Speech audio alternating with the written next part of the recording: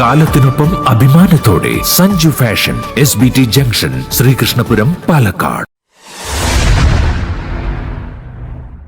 ചെർപ്പളശ്ശേരി കാക്കത്തോട് പഴയ പാലം തകർന്നു, വാഹനങ്ങൾ വഴിതിരിച്ചുവിട്ടു.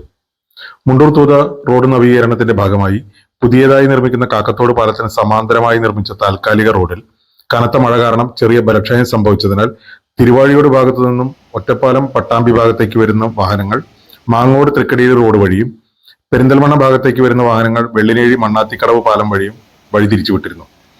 തുടർച്ചയായ കനത്ത മഴയെ തുടർന്ന് കാക്കത്തോട് പഴയ പാലം തകരുകയാണ് ഉണ്ടായത്. പാലക്കാട് നിന്നും മണ്ണാർക്കാട് നിന്നും ചെർപ്പളശ്ശേരി ഭാഗത്തേക്കുള്ള പ്രധാന പാതയായതിനാൽ വാഹനങ്ങൾ വളരെയധികം ദൂരം വഴിതിരിഞ്ഞാണ് ഇപ്പോൾ പോകുന്നത്. ഉടൻ തന്നെ പുതിയ പാലം തുറക്കുക എന്നതാണ് ഇതിനുള്ള പ്രതിവിധി. ഇപ്പോൾ പ്രധാന പാലത്തിന്റെ സ്ലാബ് കോൺക്രീറ്റ് കഴിഞ്ഞ് കാൽനട യാത്രക്കാർ മാത്രമാണ് ഉപയോഗിക്കുന്നത്.